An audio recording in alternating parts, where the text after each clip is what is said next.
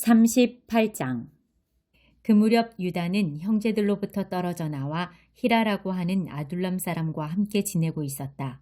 그곳에 있는 동안 유다는 가나안 사람 수아의 딸을 만났다. 유다가 그녀와 결혼하여 잠자리를 같이 하니 그녀가 임신하여 아들을 낳고 아이의 이름을 엘이라고 했다. 그녀가 다시 임신하여 아들을 낳고 아이의 이름을 오난이라고 했다. 그녀가 또다시 아들을 낳고 아이의 이름을 셀라라고 했다. 셀라를 낳았을 때 그들 부부는 거십에 살고 있었다. 유다가 맏아들 엘에게 아내를 얻어주었다.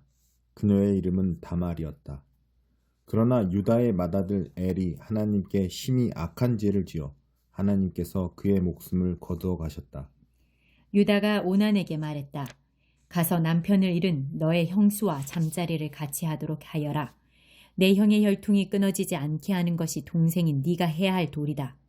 하지만 오난은 아이를 낳아도 자기 아이가 되지 못할 것을 알고 형수와 잠자리를 같이 할 때마다 형의 아이를 낳지 않으려고 정액을 바닥에 쏟았다. 그가 한 짓은 하나님을 크게 거스르는 일이었다. 하나님께서 그의 목숨도 거두어 가셨다. 그러자 유다는 며느리 다말을 찾아가서 말했다. 내 아들 셀라가 다 자랄 때까지 내 아버지 집에서 과부로 지내고 있거라. 그는 셀라마저 형들처럼 죽게 될까 걱정했던 것이다. 그리하여 다말은 자기 아버지 집으로 가서 살았다. 시간이 흘러 유다의 아내 곧 수아의 딸이 죽었다. 애도 기간이 끝나자 유다는 아둘람 사람인 친구 히라와 함께 양떼의 털을 깎으러 딥나로 갔다. 다말은 내 시아버지가 양떼의 털을 깎으러 딥나로 갔다는 소식을 전해 들었다. 그녀는 과부의 옷을 벗고 너울로 얼굴을 가려 남이 알아보지 못하게 한 다음 딥나로 가는 길에 있는 에나임 입구에 앉아 있었다. 그녀는 셀라가 다 자랐는데도 유다가 자기를 그와 결혼시키려 하지 않는 것을 알고 있었다. 유다는 너울로 얼굴을 가리고 있는 그녀를 보고는 창녀라고 생각했다. 그는 길가에 있는 그녀에게 다가가 말했다. 오늘 밤 함께 보내자. 유다는 그녀가 자기 며느리인 줄을 전혀 알지 못했다. 그녀가 말했다. 그 값으로 내게 무엇을 주겠습니까? 유다가 말했다. 내 가축대에서 새끼 염소 한 마리를 보내겠다. 그녀가 말했다. 그것을 보낼 때까지 내게 담보물을 맡기면 그렇게 하겠습니다. 담보물로 원하는 게 뭐냐? 그녀가 대답했다. 어르신이 갖고 있는 줄 달린 도장과 지팡이를 주십시오. 유다는 그것들을 다말에게 건네고 잠자리를 같이 했다. 그녀가 임신하게 되었다. 그녀는 그곳을 떠나 집으로 돌아가서 너울을 벗고 과부의 옷을 다시 입었다. 유다는 친구인 아둘람 사람 편에 새끼 염소를 보내며 그 여자에게서 담보물을 찾아오게 했다. 그러나 그 친구는 그녀를 찾지 못했다. 그래서 그곳 사람들에게 물었다. 이곳 에나임 근처 길가에 앉아있던 창녀는 어디로 갔습니까? 그들이 말했다. 여기에는 창녀가 없답니다. 그가 유다에게로 돌아와서 말했다.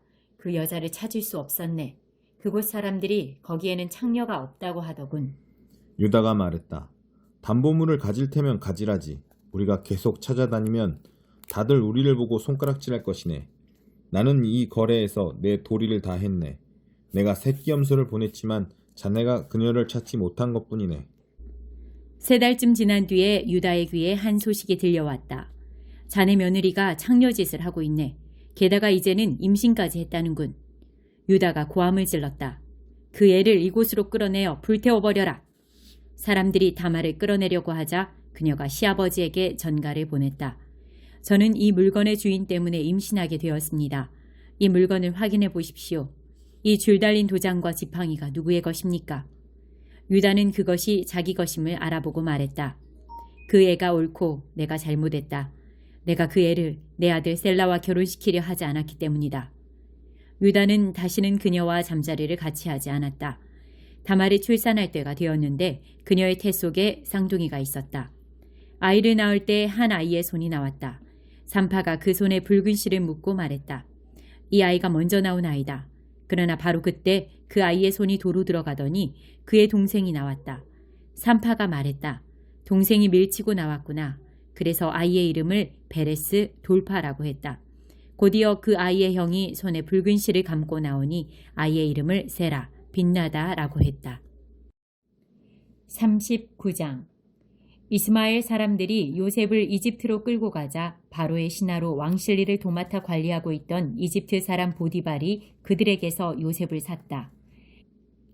하나님께서 요셉과 함께 하셨으므로 그가 하는 일이 다 잘 되었다. 그는 자기 주인인 이집트 사람의 집에서 지내게 되었다. 그의 주인은 하나님께서 요셉과 함께 하시면서 요셉이 하는 일마다 잘되게 해주시는 것을 알았다. 그는 요셉이 몹시 마음에 들어 그에게 자신의 시중을 들게 했다. 그는 자신의 개인적인 일들을 요셉에게 맡기고 모든 재산을 관리하게 했다. 그때부터 하나님께서 요셉으로 인해 그 이집트 사람의 집에 복을 주셨다. 그의 집에 있는 것이든 밭에 있는 것이든 그가 소유한 모든 것에 하느님의 복이 두루 미쳤다. 보디발은 하루 3끼 밥 먹는 일만 신경 쓰면 되었다. 요셉은 용모가 준수하고 잘생긴 남자였다. 시간이 흐르면서 주인의 아내가 요셉에게 반해 어느 날 이렇게 말했다.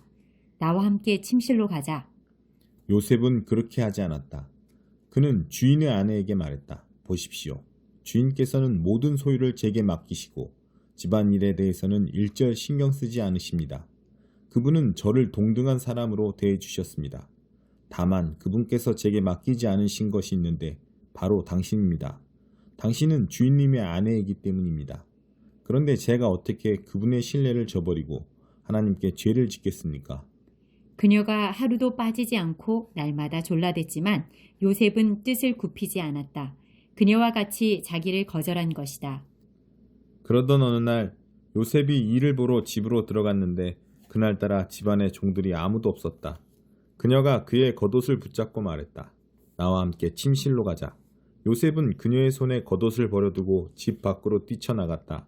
그녀는 그가 겉옷을 자기 손에 버려두고 뛰쳐나간 것을 알고는 종들을 불러 말했다. 이것 좀 봐라. 저 히브리 놈이 본색을 드러내서 너희 모르게 나를 유혹하려 하는구나. 저놈이 나를 욕보이려 해서 내가 크게 소리를 질렀더니 내 고함과 비명소리를 듣고는 이렇게 겉옷을 내 손에 버려두고 밖으로 도망쳤다.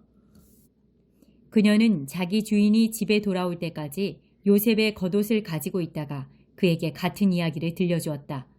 당신이 데려온 히브리 놈이 내 뒤를 쫓아와서 나를 희롱하려고 하지 뭐예요. 내가 소리치고 비명을 질렀더니 이렇게 자기 겉옷을 내 손에 버려두고 밖으로 도망쳤답니다. 요셉의 주인은 이게 다 당신의 종이 벌인 일이에요 라고 하는 아내의 이야기에 격분했다. 그는 요셉을 붙잡아 왕의 죄수들을 가두는 감옥에 쳐넣었다.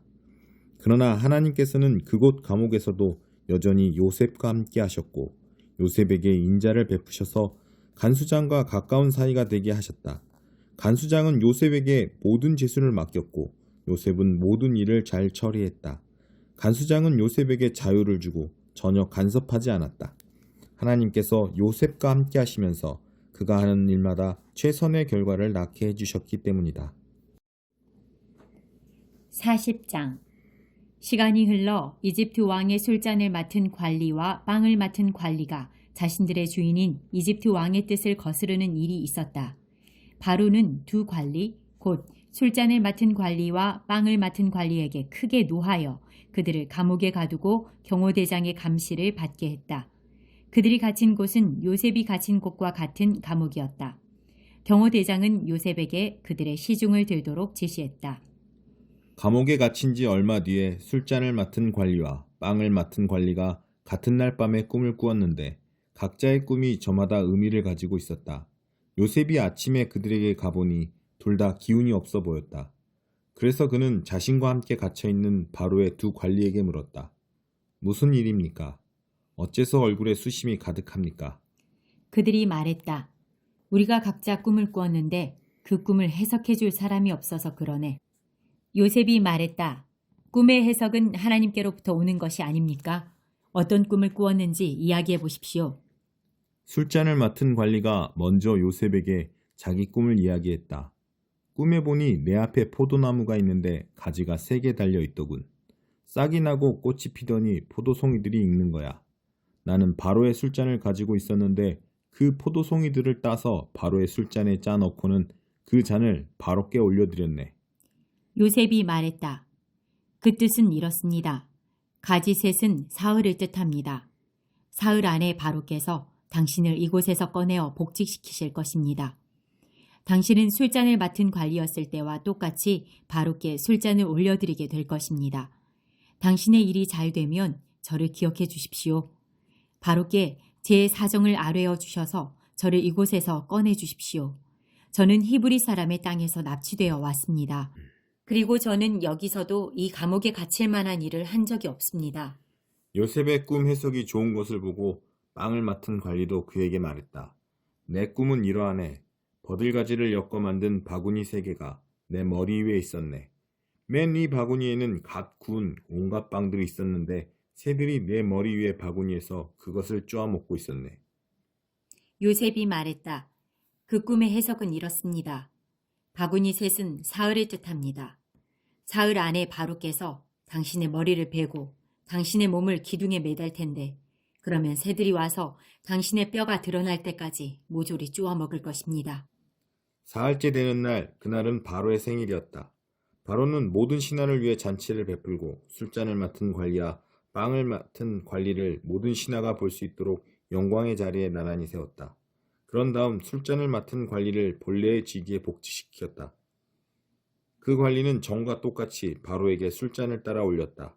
하지만 빵을 맡은 관리는 요셉이 해석한 대로 기둥에 매달게 했다. 그러나 술잔을 맡은 관리는 요셉에게 신경 쓰지 않았다. 요셉의 처지를 까맣게 잊고 만 것이다.